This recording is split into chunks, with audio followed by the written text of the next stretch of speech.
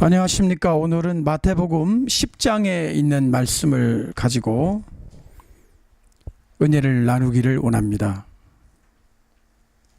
우리 한번 10장 말씀 중에 하나를 제가 살펴보기를 원하는데요. 7절 말씀을 한번 보십시오. 7절에 이렇게 기록되어 있습니다. 가면서 전파하여 말하되 천국이 가까웠다 하고. 자, 보세요. 예수님이 이제 12제자를 지금 파송하는 장면이죠. 이렇게 전도해라. 그런데 내용이 보니까 여러분 예수님을 믿으시고 천국에 가세요가 아니에요. 여러분들이 천국에 가세요. 혹은 천국에 가는 방법을 알려드리겠습니다. 가 아니에요. 여러분이 천국에 가는 얘기가 아니라 천국이 지금 오고 있다는 거예요. 그 차이가 뭘까요? 내가 천국 가는 거하고 천국이라는 것이 지금 거대하게 이게 다가오고 있는 거하고 어느 것이 더 크게 느껴지세요? 내가 천국 가는 거는 내가 죽어가지고 영원히 하늘나라를 올라가는 거잖아요. 개인의 문제잖아요. 그죠? 그런데 천국이라는 것이 지금 다가오고 있다 그러면 이거는 개인의 문제가 아니라 역사의 문제예요. 영원에 관한 문제인 것입니다. 이터니티. 어마어마하게 큰 문제를 예수님은 지금 전파하라고 말씀하고 계시는 겁니다. 천국이 어떻게 가까이 옵니까? 천국이. 우리가 영화 같은 걸 보면 거대한 별이, 행성이 지구 가까이로 막 소리를 내면서 막 그러면서 막 다가오잖아요. 그렇죠? 그러면 천국이 올 때는 그냥 조용히 슉 올까요? 아까처럼 막 소리를 지르면서 막 천국이 오는 소리가 막 장엄하고 위대하고 엄청난 느낌을 우리한테 주면서 올까요? 천국이 그냥 옵니까? 천국이 오는 소리가 매우 큽니까? 굉장히 중요한 문제입니다. 사람들 보고 예수 믿으세요? 천국 가세요가 아니라 천국이 오니까, 천국이 지금 오고 있으니까 빨리 회개해, 이거예요. 권위가 달라요. 권위가. 말하는 느낌도 다르고, 예수님이 지자들에게 선포하라고 했던 이 메시지는 사람 기분 좋게 만드는 거하고는 아무 상관이 없어요. 천국이 온다니까. 네가 예수를 믿든 안 믿든 천국은 와. 이거예요. 분위기가. 교회 한번 다녀주세요. 그 아니에요. 네 교회 다니든 말든 그건 네 문제고, 뭐가 지금 오고 있다? 천국이 오고 있다는 거예요.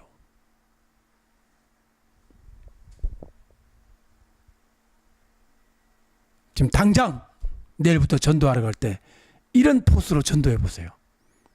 사람들이 되게 멋있다, 권위가 있네 이럴까요? 어디 있다 온 거 아니야? 시설에 있다 온 거 아니야? 청량리 쪽에서 오셨어요? 이럴 수도 있어. 그래도 이렇게 해야 돼요. 천국이 오고 있습니다. 그래서 뭐 어쩌라고요? 죄를 회개하세요. 자, 여기에 복 받는 거 있어요? 교회 다니면 복 받고 가정 행복해지고 아이들 뭐 서울대학교 입학됩니다, 이런 거 있어요? 아무것도 없어요.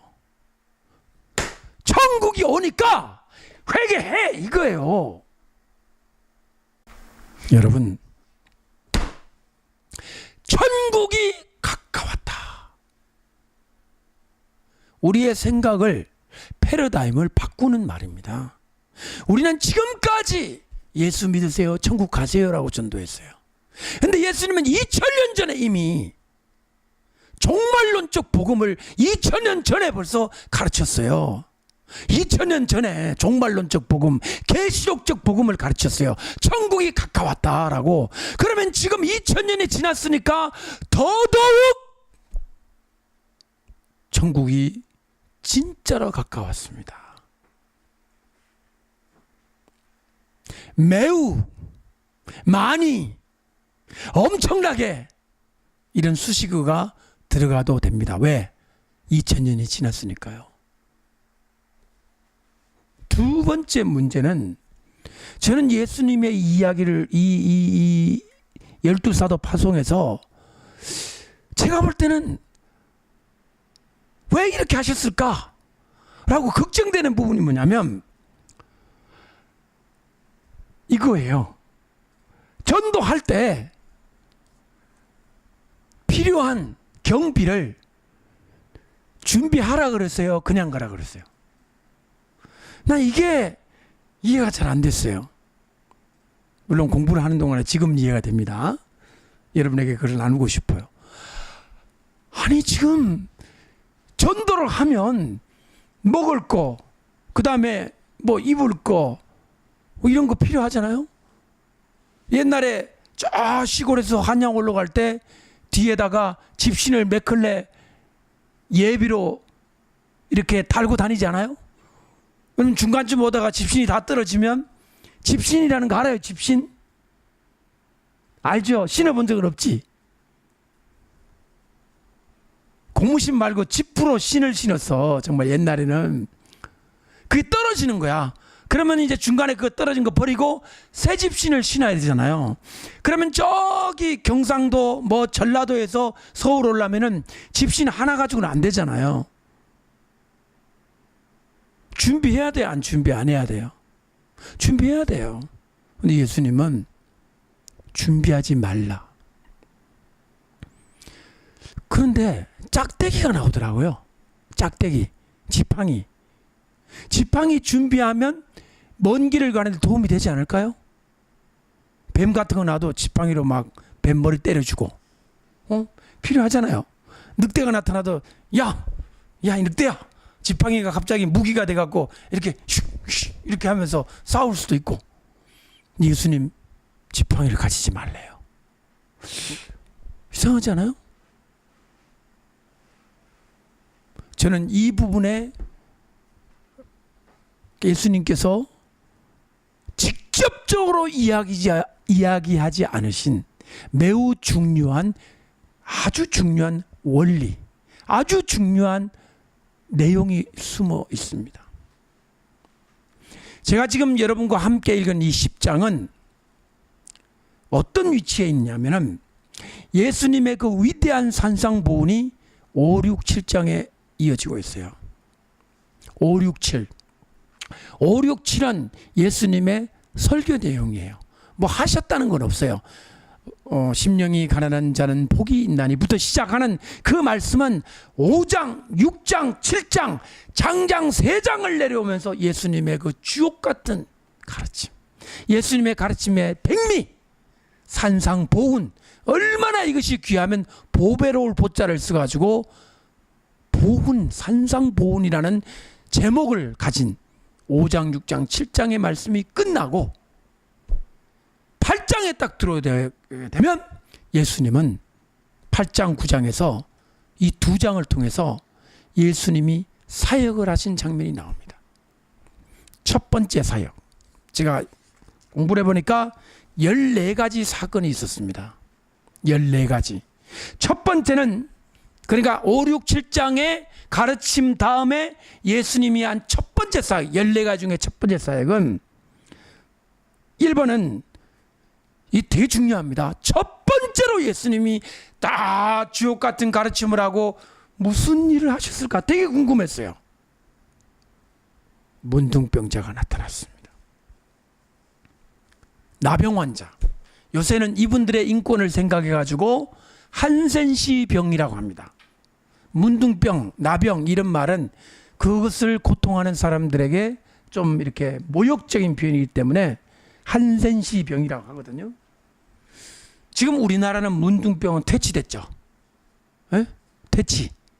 전부 소록도로 다 그냥 잡아가지고 한 군데 못 안아가지고 그분들 치료하고 거기서 그냥 안 고쳐지면 돌아가시고 이렇게 돼갖고 이제 육지에는 없습니다. 예수님 당시에도 이 문둥병이 있었습니다. 이 문둥병은 그 모양이나 병의 모습이 너무 참혹해가지고 아무리 이것이 막 썩어가도 아프지가 않아. 얼마나 무서워요. 아파야 막 치료를 할 텐데 안 아파. 그럼 손가락도 뚝 떨어져 나가고 코도 막 이렇게 막 떨어져 나가고 뚝 떨어져 나가도 안 아파. 무섭죠. 이것은 인간이 가진 죄의 모습과 똑같은 거예요. 죄. 여러분, 죄 지을 때 막 아파야 되잖아요. 그래야 죄 안 짓잖아요. 근데 죄를 지으면 안 아파. 안 아프니까 자꾸 죄를 짓는 거예요. 그러니까 나병이란 이 문둥병은 인간이 가지고 있는 죄와 나병은 똑같은 성격을 가지고 있어요. 그러니까 나병 환자가 예수님께 딱 왔다는 얘기는 저는 보통으로 느껴지지 않고 이 나병이라고 하는 이 환자는 죄인인 인간을 대표하는 어떤 존재로까지 저는 보여요. 해석으로 하자면 두 번째는 누가 나타나느냐? 가버나움이 등장하는데 여러분 성경에 가버나움 나올 때마다 눈을 번쩍 뜨셔야 돼요. 왜냐하면 예수님 고향에서 하도 개척교회가 안 되셔갖고 표현이 좀 죄송합니다. 안 되셨어요. 쫓겨났어요. 쫓겨. 예수님이 고향에서 교회 한번 해보려고 했더니 사람들이 막 죽이려고 달라들고 그래갖고 산 밑에까지 막 벼랑으로 막 밀으려고 갔잖아요. 근데 예수님이 유유히 한번 쫙 째려보니까 가운데 길이 났잖아요. 사람 그 사이로 예수님이 샥 와가지고 그 길로 다시는 고향으로 안 가셨어요. 그리고 어디로 왔느냐? 제가 이스라엘 가보니까 약 2시간, 차로 2시간. 차로 2시간이면요. 그 몇 킬로예요? 내가 100킬로를 달렸으니까. 약 200km가 넘는 갈릴리 바닷가로 왔습니다. 거기 오니까 어떻게 됐냐? 아이고, 예수님을 막 환영하고 예수님을 막 좋아하는 거예요. 이게 가버나움이에요. 예수님의 사역에서 잊을 수 없는 곳이 가버나움이었습니다. 거기에 또 누가 있느냐? 그 예수님의 제자 중에 1번 베드로의 기지가 거기 있었고 베드로의 장모님 집이 바로 있었는데 제가 이스라엘 가보니까 예수님 가르치던 회당하고 이 장모 집하고는 5m도 안 떨어져 있어요. 5m도 안 떨어져. 봐도 집에 붙어 있어 거의. 거기에 누가 왔느냐면 로마 군인이 나타납니다. 백부장 센츄리온이라고 하는 자기 휘하에 100명의 군인들을 다스리는 요새 계급으로 말하면 육군 대위 정도의 계급이에요. 바풀떼기 3개. 이 육군 대위는 지금 우리나라에 편제로 말하면 한 130명? 한 120명? 그죠?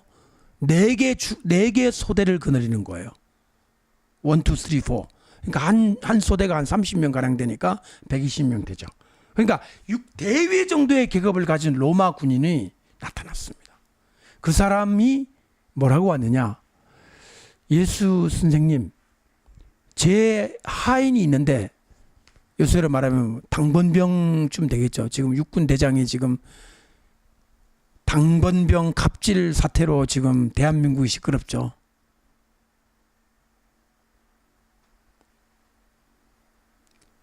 군대 금방 갔다 오신 우리 이 자리에 있는 형제가 할 말이 참 많을 텐데요. 당번병 우리는 볼 때 부러운 눈으로 보았습니다. 그런데 신문을 보니까, TV를 보니까 뭐 노예살이, 솔거노비, 전자발찌. 나는 아니 도대체 보직 중에 꿀도 아니야. 꿀꿀보직. 꿀꿀보직인 이 뭡니까? 이 당번병을 갑자기 노비로 얘기하는 이 사람들은 군대 갔다 온 사람인가? 이야, 별 4개 육군 대장도 이렇게 들쑤셔 되니까 저렇게 될 수밖에 없구나. 뿐만 아니라 그 육군 대장께서는 기갑 사령관인데 아주 김관진 장관, 육군 국방부 장관하고 같이 강력하게 막 북한을 막 응징해 한다고 하는 이런 강력한 강성 군인이었어요. 좌파 정권이 들어서 갖고 저 육군 대장을 눈에 가시처럼 보이니까 시켜가지고 찔러갖고 그 만든 거예요. 저는 왜 이런 말 하냐? 전 별 없어요. 뛸 별도 없어요. 나는 내게서 빼앗아갈 거라고는 뭐 없어. 나는 나 그래 해도 되는 거예요. 나는 지금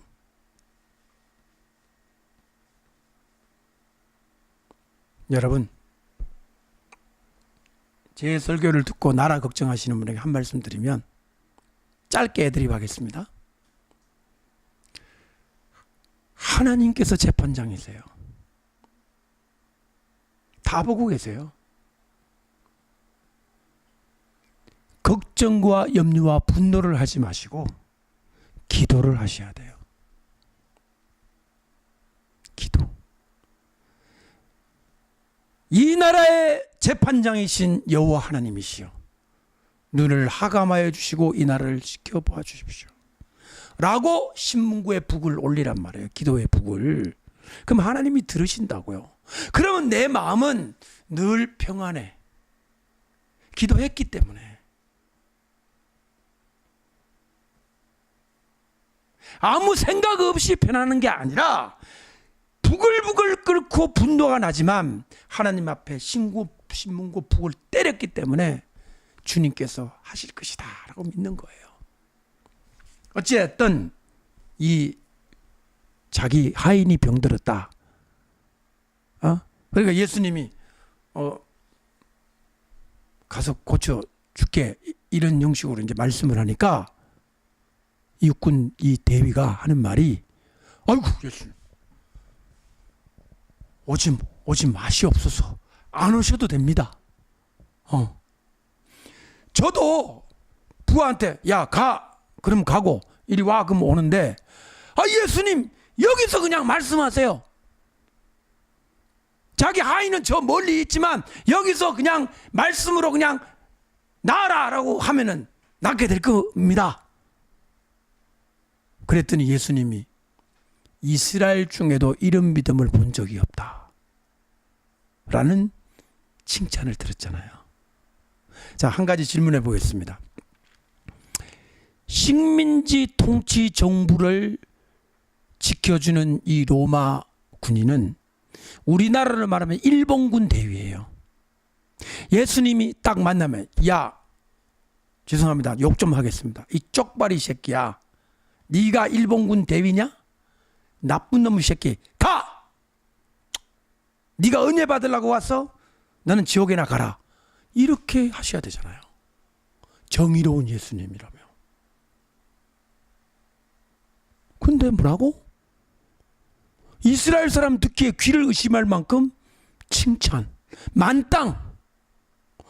와, 옆에서 와, 우리 애들 그러잖아요. 와, 대박. 아니 식민지 통치정부의 군인을 예수님이 뺨을 때린 게 아니라 오히려 칭찬해 줬단 말이에요. 이거 어떻게 생각하세요?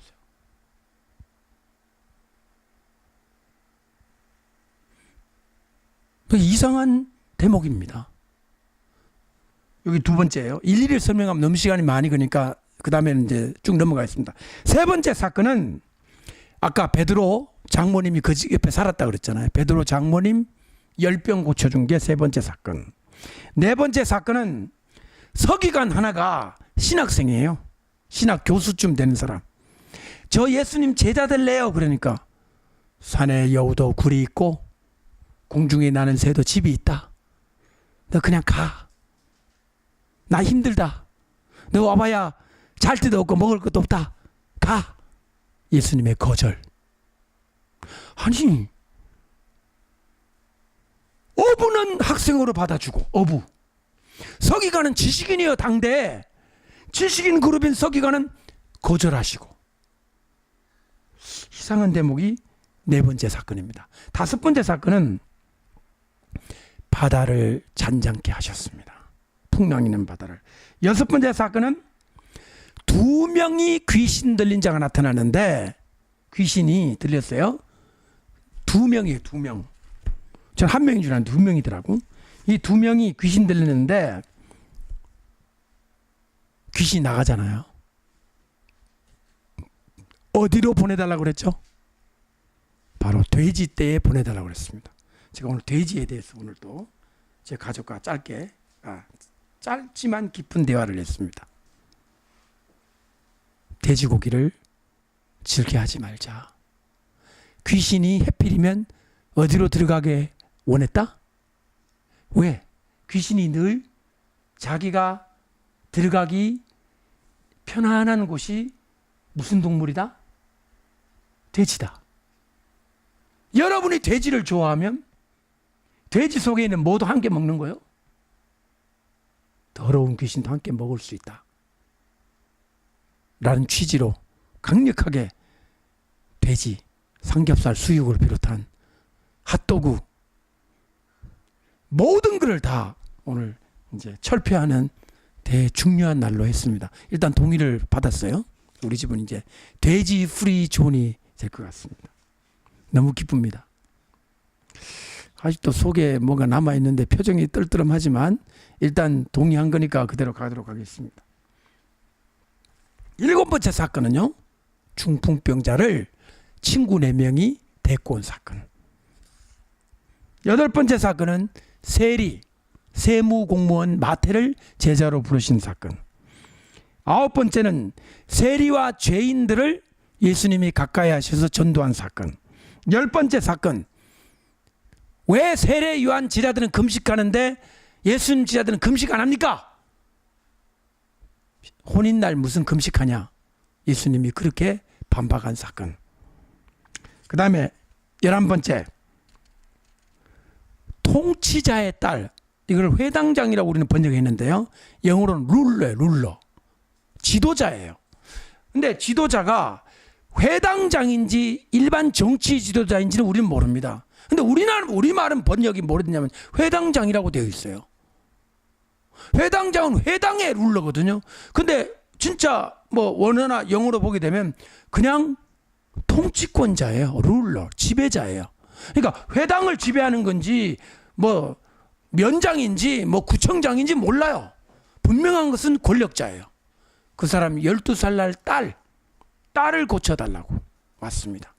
가다가 12년 동안 혈루병을 앓는 여자를 고쳐줬습니다. 그 사건이 나와 있고요. 11번째.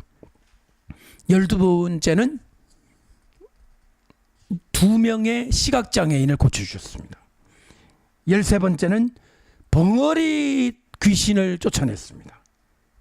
14번째 마지막은 예수님은 모든 도시 촌과 회당에서 천국 복음을 전파하고 병을 고쳐라.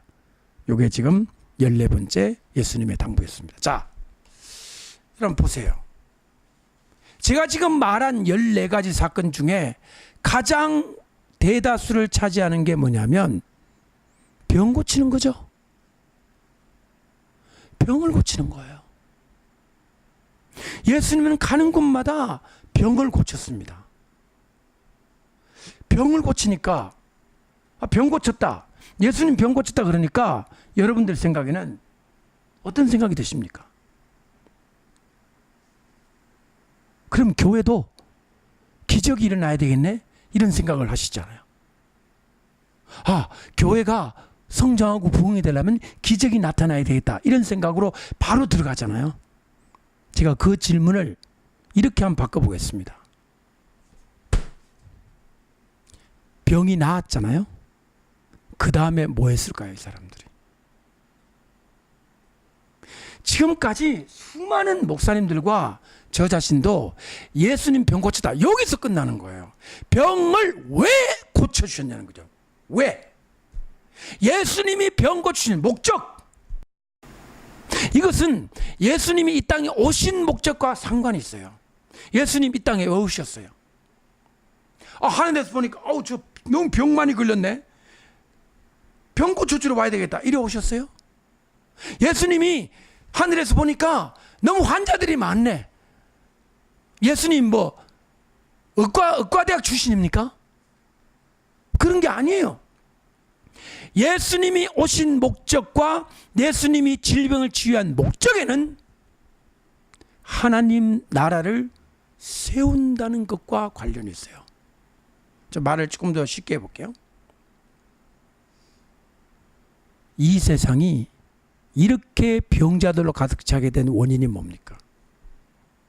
원인이 있을 거 아니에요. 왜 병자들로 가득 찼어요? 왜 문둥병자들이 있어요? 왜 시각장애인, 왜 온갖 질병으로 가득 차 있습니까? 여러분, 대한민국이 지금 돼지로 뒤덮인 이유는 이거 먹고 다 병 걸리기를 바라는 어떤 세력이 있다는 건 모르세요? 우리가 병 들면 누가 돈을 벌까요? 제약회사와 보험회사와 병원이 돈을 법니다. 우리가 건강한 음식을 먹기를 바랄까요? 건강하지 않은 음식을 먹기를 바랄까요? 제가 길거리를 가보면요, 미쳤어요. 미쳐서 전부 다 돼지예요. 나 저 많은 걸 먹고 다 병이 걸리면 누가 입이 찌려들어 웃을까? 내 눈에는 보여. 그런 것도 먹어. 매일 저녁 먹어. 오늘은 삼겹살, 내일은 수육, 내일 모레는 족발. 다 돼지예요. 군것질로 또 순대, 돼지 창자. 돼지가 없으면 대한민국 국민이 살아갈 수가 없을 정도로 변해가는 이 상황에서 아무 생각이 없단 말이에요. 여러분, 내가 조금 더 얘기할게요. 땅이 있었어. 이만한 땅. 땅 주인들이 다 있었거든요. 그래가지고 토지개발업자가 저 땅 있잖아요. 땅을 내 것으로 만들어야 되는데 어떻게 하지? 방법이 뭘까 하다가 어떻게 하는지 아세요? 현금 인출기를 그 동네에다가 딱 만들어줘요. 근데 중요한 거는 현금 인출기에 카드를 넣고 뿅뿅뿅 누르면 그 자리에서 대출금이 나와요. 대출이. 매우 쉽게 대출을 받아요. 200, 300, 500, 600, 1000만 원 넘는 건 힘들고. 이 사람들을 다 채무자로 만들어요. 그 다음에는 토지문서 가져와야 해요. 내가 그 장면을 딱 보면서, 이야, 우리나라가 언제부터 1500조에 달하는 가계부채에 시달리게 됐지? 신용카드가, 길거리에 신용카드 가맹하라고 사람들 댕길 때부터 이 나라는 전 국민이 지금 다 노예로 팔려가도 할 말 없을 정도로 채무 국가가 된 거예요. 음모예요, 음모. 음모.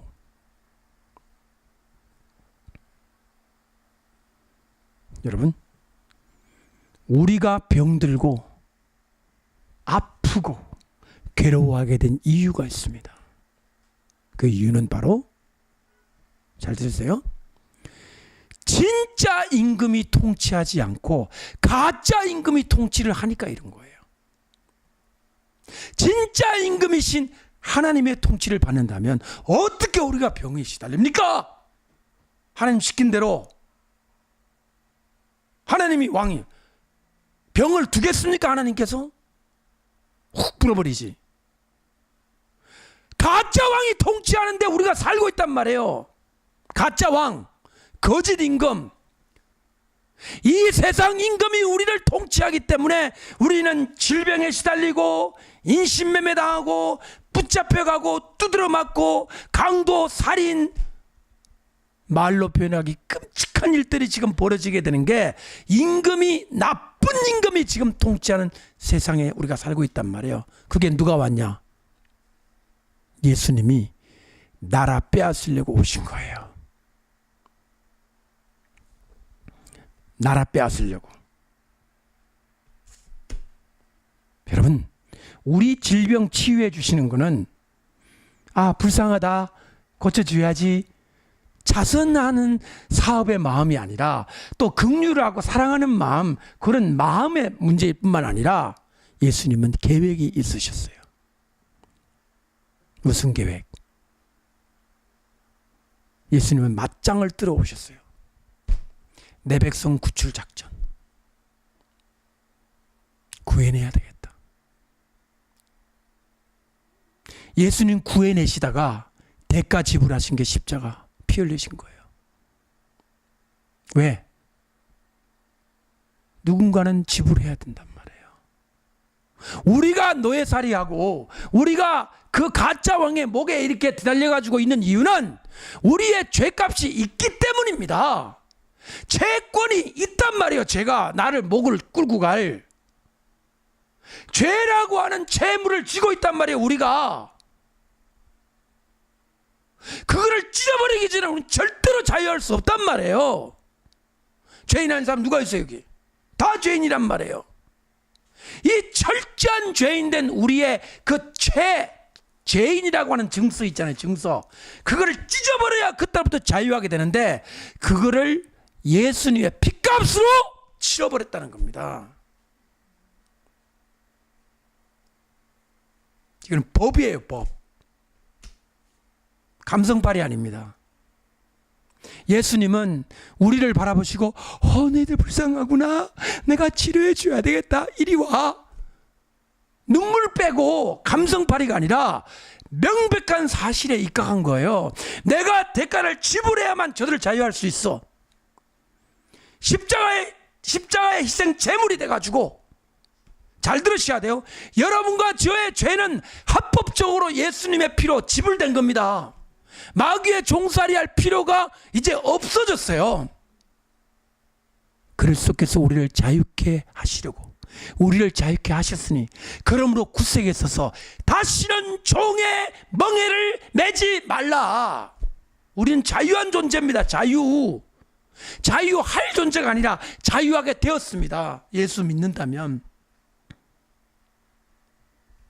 예수님 믿으시고 세례 받고, 세례 안 받아도 괜찮아. 예수 믿고 마음에 예수님을 구주로 믿으면 나는 자유한 존재가 된 겁니다. 이제는 하나님을 아버지라고 부를 수 있어요.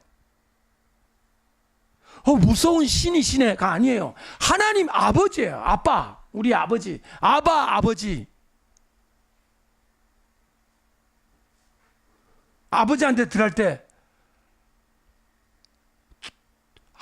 아버님 이러면서 들어옵니까? 저 한 10m 전방에서 아버님 이 이름 들어갑니까? 문 뚝뚝 뚫고 아빠 용돈 줘 그러잖아요. 왜? 뭐 필요해요.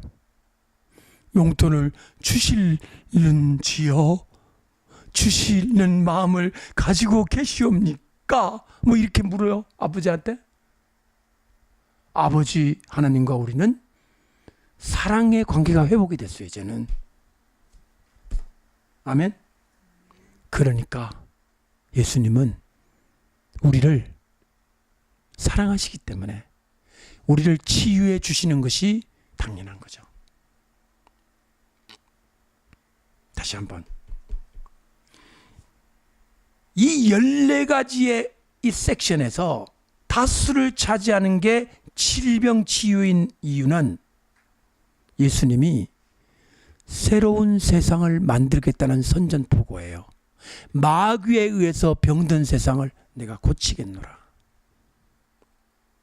너 마귀, 하나님의 창조물인 인간을 저렇게 짓밟았지? 내가 왔도다. 내가 다시 회복시킬 거야. 예수님이 문둥병자 이리 와. 샥. 중풍병자 이리 와. 이 문둥병, 중풍자 이런 거는요, 불치병이잖아요. 지금도 불치병이잖아요. 오죽하면 소록도에 다 갖다 놔야, 거기서 모아놔야 겨우겨우 이제 균이 없어져 가지고 죽을 정도의 현대 의학으로 치유가 어려운 빌병이잖아요. 예수님은 나아라. 그러니까 나아져 버렸어요. 보세요. 예수님의 질병치유 사건을 단순한 교회 부흥, 와, 병이 나면 사람들이 몰려오겠네, 이렇게만 보지 마시고 예수님이 이 세상에 오신 목적, 왕국을 건설하는 목적의 한 부분이었습니다. 결국에는 나라를 빼앗는 거예요. 마귀로부터. 그의 목을 끊고. 그리고 예수님이 왕권을 가지고 통치하는 게 천년왕국이잖아요. 천국이 가까웠느니라.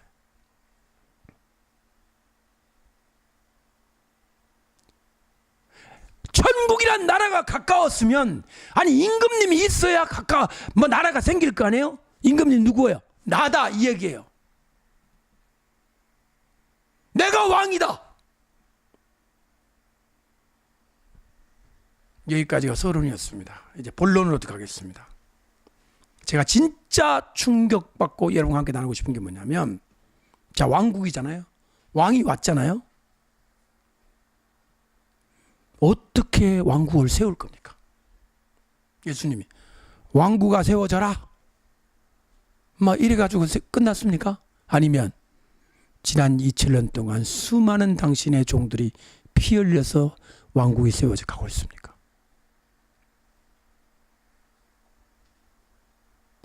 후자입니다. 지금 이 순간에도 하나님의 왕국은 종들의 피 흘림으로 세워져 가고 있습니다. 그러면 아까 제가 한 질문을 다시 생각해 보죠. 그렇게 귀한 왕국이 세워져 가면, 야 베드로야, 너 금도 준비해, 은도 준비해, 뭐 지팡이도 준비해, 이런 식으로 준비를 시켜가지고 해야 되는데 왜 아무 준비도 하지 말라고 그러셨는가? 여기에 뭔가 수수께끼가 숨어 있다는 거예요. 그래서 본문을 다시 한번 들여다봐야 되겠습니다. 준비하지 말라고 하신 다음에 뭔가 덧붙인 말씀이 있습니다. 자, 몇 절일까요? 자, 너희 전대에 금이나 은이나 동을 가지지 말고, 그죠? 여행을 위하여 배낭이나, 아니 배낭도 가지지 말라 그러면 어떡합니까? 그 안에 뭐 넣고 가야 되는데, 두 벌로, 더운데 땀 나는데 옷 두 벌 있어야 갈아입잖아요. 신 지팡이 가지지 말라. 이는, 그 다음 말씀이 중요해요. 이는 일꾼이 자기의 먹을 것 받는 것이 마땅함이라. 이게 무슨 말이에요? 잘 들어보세요. 일꾼이 자기의 먹을 것 내가 줄게 그랬어요? 아니, 잘 보세요.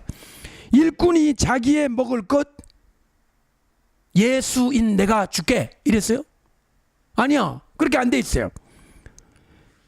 먹을 것 받는 것이 마땅함이니라. 누구한테 받아요?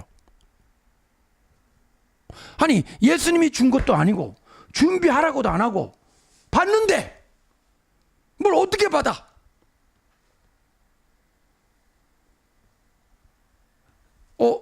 받는 거 보니까 참 다행이다. 난 이렇게 하면 어떡하고 싶었어요. 그냥 굶어서 죽어라, 이렇게 돼 있어도 그렇게 가야 되잖아요. 근데 그렇게 안 돼 있고 받는데요. 먹을 거 받는데요. 그러면 누구한테 받느냐? 그 다음에 11절이 그 누구가 11절부터 나와요. 어떤 성이나 마을에 들어가거든, 전도하러 들어가거든, 그 중에 합당한 자를 찾아내요. 그 중에 합당한 자를 찾아내요. 너희가 떠나기까지 거기서 머물라. 누가 준다는 거예요? 바로 이 합당한 자, 이 자가 먹을 거를 준다는 거예요. 그게 누구지? 누굴까? 아니 지금 전도하러 가는데 지금 예수님을 믿을지 안 믿을지도 모르는데 떡을 주고 먹을 걸 주고 그 집에 잠도 재워줘? 이런 사람이 누굴까요? 우리는 몰라요. 그러나 분명히 있다는 거예요, 그런 사람이. 자, 여기 보세요. 합당한 자, 이 뜻이 뭘까요? 합당하다. 합당하다. 누가 보기에 합당하다? 누가 보기에 합당하다는 뜻일까요? 뭐 제자들이 너희들 보기에 좀 이렇게 좀 집도 좀 평수가 넓어 보이고 얼굴도 보니까 이게 좀 후덕하게 생기신, 너무 까칠하게 생기지 않은 분, 그런 분 찾아가라, 이런 얘기인가요? 아니면 하나님께서 이 제자들을 공급하시기로 하나님이 예비하신 하나님의 은혜를 나누기에 합당한 자로 하나님이 예비하신 자라는 뜻일까요? 저는 두 번째로 보여집니다. 합당하다. 여러분,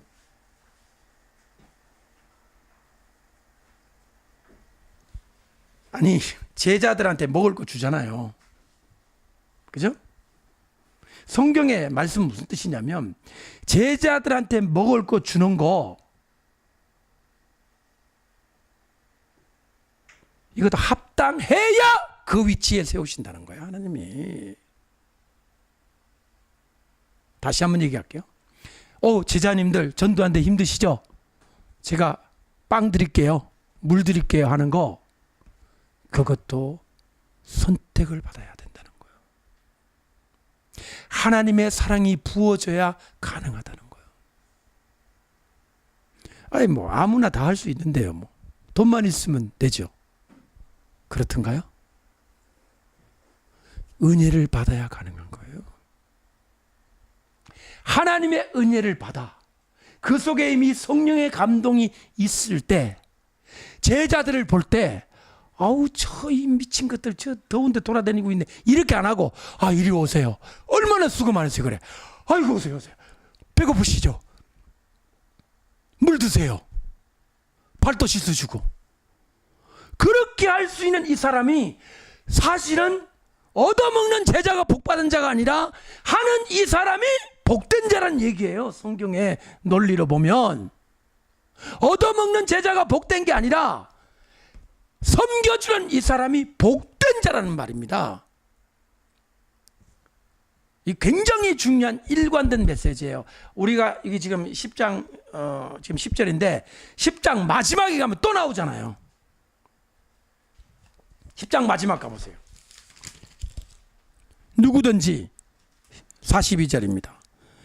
제자의 이름으로 이 작은 자 중 하나에게 냉수 한 그릇이라도 주는 자는 내가 진실로 너희에게 이르노니 그 사람이 결단코 상을 잃지 아니하리라. 여러분 예수님이 이 말씀하실 때 그 어조 눈빛이 어땠을 것 같아요? 결단코 잊지 아니하리라 말이야. 내가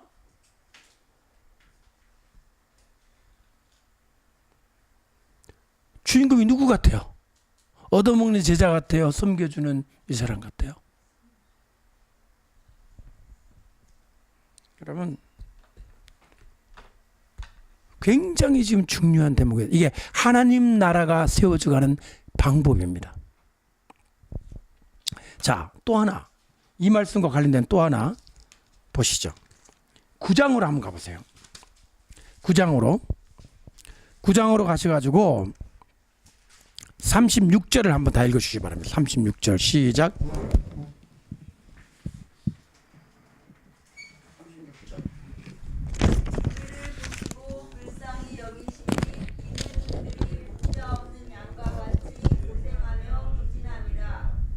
자,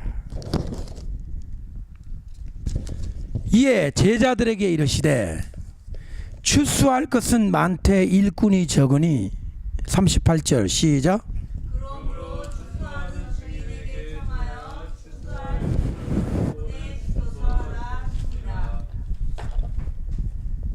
자, 보세요. 제자들한테 예수님이 야, 추수할 게 지금 억수로 많은데 일꾼이 부족하다.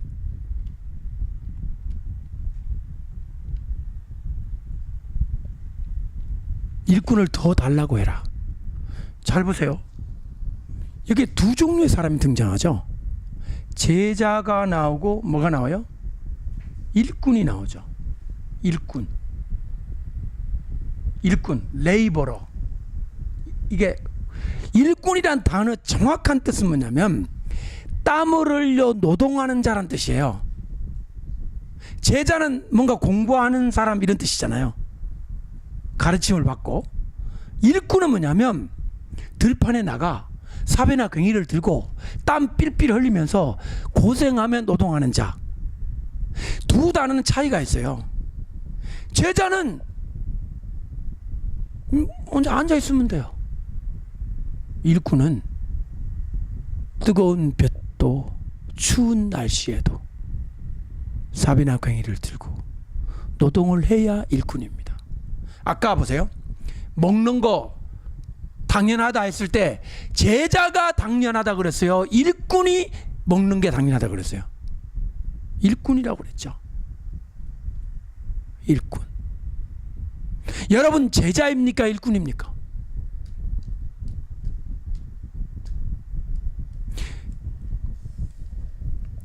여러분 보세요. 지금 하나님 나라 세워져 가는 과정에 우리는 12사도, 전도자 이런 사람들만 주목했습니다. 이런 사람들만. 이런 사람들이 영웅이다. 이런 사람들이야말로 정말 하나님 나라를 세워져가는 좋은 사람들이다. 이런 생각을 했습니다. 선지자, 막 사도, 막 전도자, 목사님들. 그런데 자꾸만 성경에 누가 등장하냐면 이들에게 음식을 갖다 주고 먹을 걸 주고 잠잘 곳을 마련해 주는 또 다른 하나님의 손이 있더라는 거예요. 하나님 나라 세워져 가는데 두 종류의 무리가 존재한다는 겁니다. 엄연한 사실인 거예요. 근데 너무나도 누구에게 스포트라이트가 갔냐면 목사님, 선교사님, 이들에게만 강조점이 주어졌고 이들을 말없이 지탱시켜준 수많은 그 합당한 자라고 하는 자들에 대한 충분한 이해가 부족했다는 거예요. 예수님은 이것을 반복적으로 말씀하고 있습니다. 다시 한번 질문해 보겠습니다. 예수님에게 병고침 받은 자들이 어떤 자들이 되었을까요? 말해 보세요. 그때부터 열심히 놀았더라예요? 나았으니까 클럽 가고 술 마시고 재미있게 인생을 살다 죽었더라 이랬을까요? 아니면 하나님 나라의 일꾼이 되었을까요? 하나님 나라를 위한 일꾼들을 끝까지 뒷받침하는 농사꾼, 사업가 등등 뭐를 했으라도 내가 저 예수님 제자들을 끝까지 책임져 줘야겠다. 왜?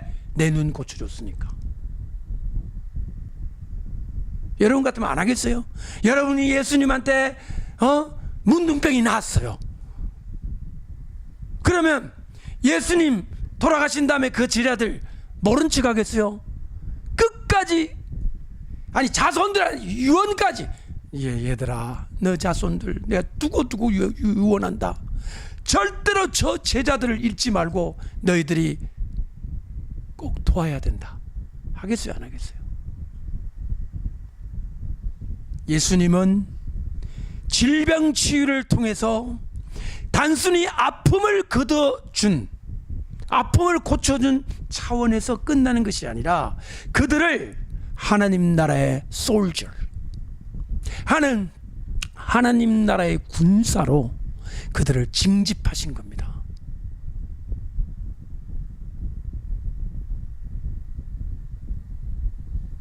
기꺼이 하나님 나라의 군사가 되었을 겁니다. 제가 개인 얘기 잠깐 하자면, 나는 두고 하나님께 감사할 게 하나가 있습니다. 지금 보니까 한 몇 달 전까지만 해도 좀 감사 안 했는데 지금 감사하는 게 있습니다. 뭐냐, 저 어릴 때부터 법조인이 되고 싶었어요. 법조인. 제가 뭐 있잖아요, 판사 뭐 그런 거 있잖아요, 검사 뭐 변호사. 그냥 집에서 맨날 그거 되라는 거에 나보고, 나는 뭔지도 모르고 그거 얘기부터 들었어요. 그러니까 4살 때부터 나보고 고등고시 합격하라고 공부를 시켜 배웠어요. 내가 4살 때부터 천자문을 다 떼고 1학년 들어갈 때부터 다 공부했어요. 애들 들어오는 거 신발장 이름 모르는 거 내가 다 이름 뭐야 다 가르쳐줬어요. 지금부터 몇 년 전이냐? 지금 내가 55니까 45년 전 얘기입니다. 그때 저는 선행학습을 4살 때부터 했다니까요. 왜? 고등고시가 금판사 되라고. 제가 왜 그러면 인생이 이렇게 됐냐, 목사가 됐냐? 저 병 났어요. 해마다 5월달만 되면, 딱 5월달만, 내 생일이 5월달만 되면 눈을 딱 뜨면 발목부터 목뼈까지 붓기 시작하는 거예요. 그 안에 고름이 차는 거예요. 이만한 구경으로 주사를 찍어서 뽑아내면 고름이 쫙 달려나와. 류마티스 관절염이 그때 있어요. 내가 9살 때부터 관절염은 할머니, 골다공증 이런 분들이 생기는 게 왜 9살이 걸리냔 말이에요. 옛날 퍼세시 화장실에서 무릎을 구부릴 수 없는 나가 어떻게 응가를 했는지 한번 상상해 보세요. 지난번에 온 그 한모 그 친구가 나를 업어줘가지고 학교 등교했어요. 그래도 한 번도 결석 안 했어요. 완춘 출석했습니다. 엎였어라도. 자, 내 나이 19살이 됐어요. 10년을 알았잖아요. 이게 10번 반복한 거야. 그러니까 재발이 10번 된 거야. 잘라야 됩니다. 다리 2개. 그 소식을 듣고 우리 아버지가 나를 업고 가는데 아버지 등에서 아버지가 우시는 소리를 들었어요. 야를 검사 만들어야 되는데 말이야, 판사를 만들어야 되는데 다리 2개 잘라가지고 19살 때 고3이잖아요. 하나님한테 내가 고쳐만 주시면, 내가 그 당시로 말하면 목사 되면은 거의 걸뱅이가 되는 걸 알았어요. 걸뱅이. 저 목사 되겠습니다 하니까 저 고쳐주세요. 하나님 웃으셨겠죠. 그날부터 꿈만 꾸면, 우리 그때 할아버지 살아계셨거든요. 할아버지, 할머니, 아버지, 어머니, 나 동생까지 전부 깡통을 들고 시장에 걸뱅이를 하는 꿈을 반복적으로 꿨습니다. 제가 심각했어요. 정말로 꿈을 꿨다니까, 그 꿈을. 그런데 하나님한테 약속을 했어요. 그리고 어느 시골 교회 가서 목사님이, 용하다는 목사님이 나타났어요. 병 잘 고친다는 목사님. 이름도 기억나. 용병, 백용병 목사님이야. 이름 기억해요. 백용병 목사님. 지금 하늘나라 가셨겠지만 그분이 그냥 손만 대면 병이 낫는다는 거야. 그런데 이제 첫째 날, 둘째 날, 마지막 날까지 안 낫는 거예요, 내가. 그래가지고 이제 마지막 날, 마지막 새벽 기도, 목사님한테 이제 기도 받으라고. 이제 보통 손 이렇게 앉잖아요. 그 손을 잡았어. 내가 두 손을 꽉 잡고 손을 끌고 다리에 들어댔어. 목사님 와 이라노. 저요 이거 안 고쳐주시면 저 이제 다 잘라야 됩니다. 그때 기도를 받고 지금까지 한 번도 재발된 적이 없습니다. 제가 만약에 금판사 됐으면요, 제 인생 불행했을 거예요. 돈은 좀 있었겠죠. 사람들 좀 괴롭히고 욕하고, 야, 이 범죄자들 좀 주워 패고 권력을 누렸겠죠. 그러나 지금 보니까 나는 그 길로 안 간 게 천만다행입니다. 언젠가 얘기했지만 우리 집안은 몰락한 양반 가문으로서 돈에 대한, 부에 대한, 부자에 대한 미운 마음이 가득하고 권력을 잡아주고 돈 있는 사람 두드려 패가지고 빼앗는 재미를 한 번쯤 다시 느끼고 싶어하는 그런 참 찌질한 몰락한 양반 가문의 후예로서 너너맹자 열심히 배우면은 권력 잡아가지고 돈 있는 사람 두드려 패가지고 돈 빼앗아 먹는 이런 쪽에, 내가 정말 죄송합니다만 우리 할아버지들 아버지한테 죄송하지만 그런 집안의 세뇌를 당해가지고 금판사를 하라고 했던 거예요. 내가 지금 그렇다고 뭐 금판사 다 찌질하다는 얘기는 아니지만 많아요. 90%가 찌질이들이에요. 그쪽은 서초동 동네는. 목사 얼마나 좋아요. 예? 우리 자식들이, 우리 아내가 요즘 행복해서 죽겠답니다. 왜? 하나님 은혜가 충만하니까. 아멘.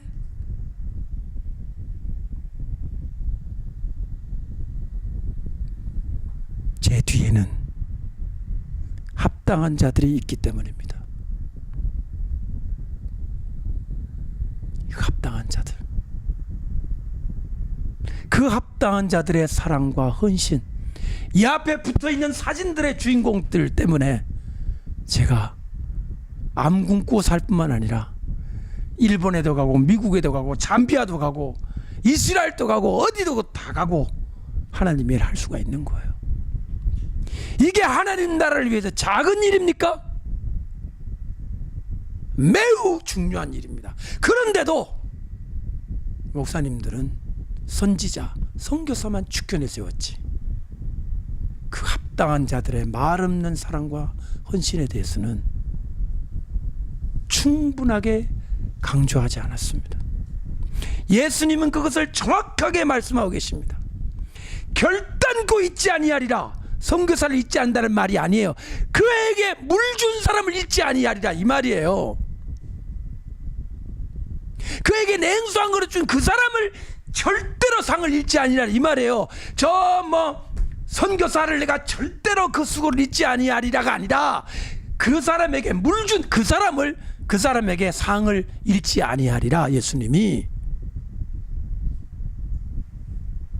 누가 되시겠습니까? 물 준 사람 되시겠습니까? 선교사님 되시겠습니까?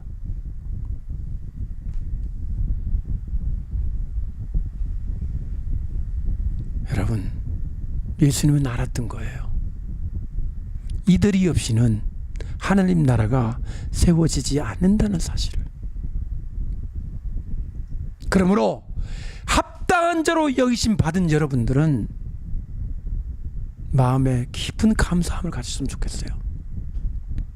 왜? 나같이 부족한 자를 하늘나라를 세워나가는 일에 합당한 자로 여겨주셔서 내가 냉수 한 그릇을 엉뚱한 놈들한테 안 갖다 바치고 하나님의 종에게 갖다 바칠 수 있게 된 것을 감사합니다.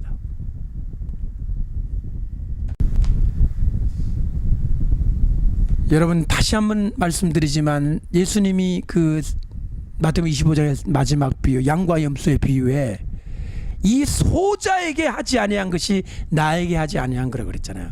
그 소자를 너무나도 많은 사람이 불쌍한 가난한 소자, 힘없는 사람 이렇게 해석을 했단 말이에요. 지금 10장 마지막에 보세요. 10장 마지막에 지극히 작은 자가 누굽니까? 소자가 누굽니까? 10장 마지막 제가 읽어보겠습니다. 또 누구든지 제자의 이름으로 이 작은 자 중 하나에게 냉수 한 그릇. 이 작은 자가 40절부터 읽어보면 41절에 선지자 이름으로 선지자를 영접하는 자, 의인의 이름으로 의인을 영접하는 자. 40절에 보니까 너희를 영접하는 자는 나를 영접하는 것이요. 그러니까 뭡니까? 예수님의 명령, 하나님 나라 세우라는 명령을 받아가지고 길 떠나가지고 고생하는 일꾼들을 땀 흘리는 걸 보고 냉수 한 그릇 떠가지고 얼음 띄어서 갖다 준 그 사람을 얘기하는 거예요. 이 작은 자는 생활보호 대상자 차상위 계층이 아니라 일꾼들입니다. 하나님 나라의 일꾼들입니다. 하나님 나라를 세우기 위한 땀을 흘리는 자들, 그 수고한 자들을 위해서 고생하는 자들, 그들에게 냉수 한 그릇 떠주는 사람의 상을 잃지 아니하리라. 저는 지금까지 한국교회와 세계교회가 하나님 나라의 이 2차원, 그러니까 이 합당한 자로 여김받는 이 한 번도 사람들에게 얼굴 드러내 본 적이 없는 조용하게 2000년 동안 하나님 나라 섬겨왔던, 성경에 기록된 루디아, 아리마대 요셉, 니고데모 이런 사람들만이 아니라 성경에 이름도 없는 수많은 한국교회 정말 집사님들, 권사님들, 장로 권사 이름도 없지만은 그 이름 모를 성도들의 그 헌신들이, 예수님은 절대로 그 상을 잃지 않는 축복된 사람들이라는 것입니다.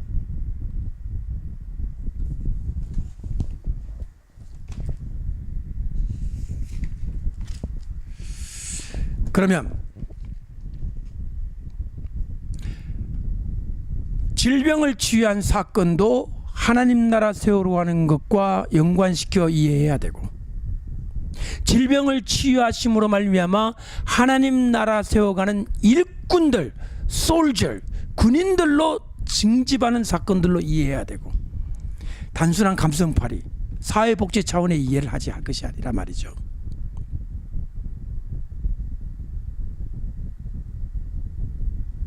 그렇다면 예수님께서 사람들을 바라보실 때 세리들, 죄인들, 로마 군인들, 그 당시 사회에서는 좀 금기시되는, 가까이 하지 않기를 바라는 사람들이었거든요. 예수님은 그들에게조차 예수님은 따뜻한 눈길을 주셨어요. 버리지 않았어요. 그러면서 하시는 말씀이 뭐냐면, 건강한 자에게는 의원이 필요 없고 병든 자에게는 의원이 필요하다. 나는 의원으로 왔다. 치료하러 왔다. 여러분 보세요. 이것은 민족적인 감정과 증오심을 넘어선 거예요. 로마, 나쁜 놈들, 일본 쪽발이 싫어, 이게 아니라는 거예요. 예수님은 쪽발이 일본도 사랑하세요.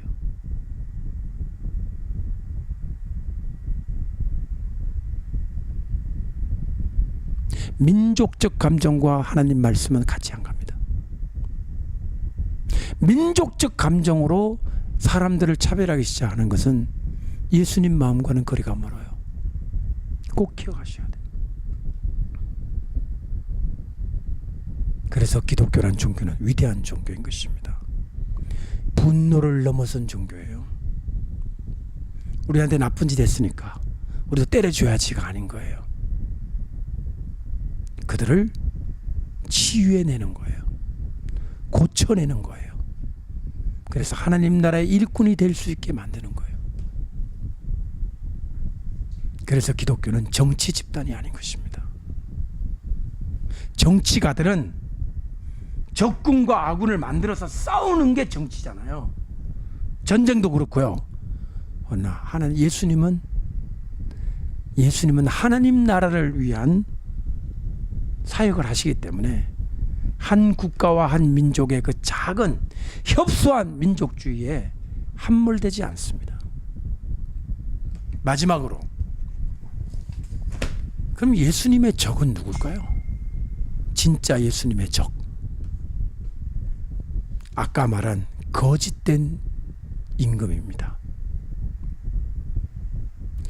사람을 짓밟고 병들게 하고 문둥병 만들고 가정 파괴하고, 이 거짓된 임금은 예수님께서